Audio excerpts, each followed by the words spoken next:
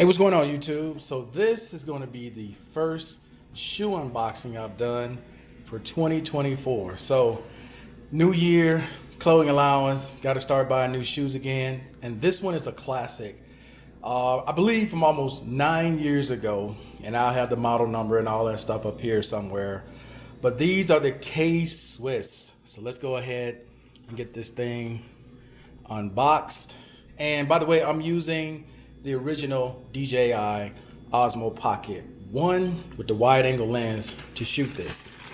So here's what we have, the classic K-Swiss.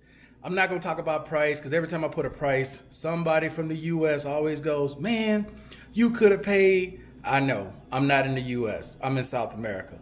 So it always costs more. So that's why I'm not gonna even talk about price. But you can find these pretty much anywhere. Amazon, eBay, a lot of your local stores are going to carry them. So let's go ahead and pull one of these out. Now the other one out. And let's take this box and move it out of the way.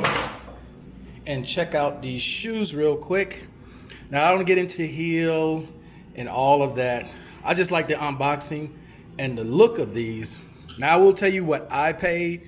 But people from the US, I know, okay, I know. But I caught these on sale on Amazon for $60.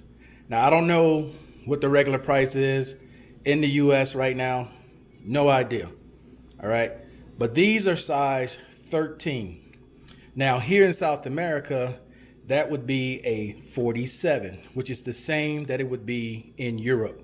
So if you come here to South America, you're looking at buying shoes, and good luck finding a size 13 shoe here anywhere.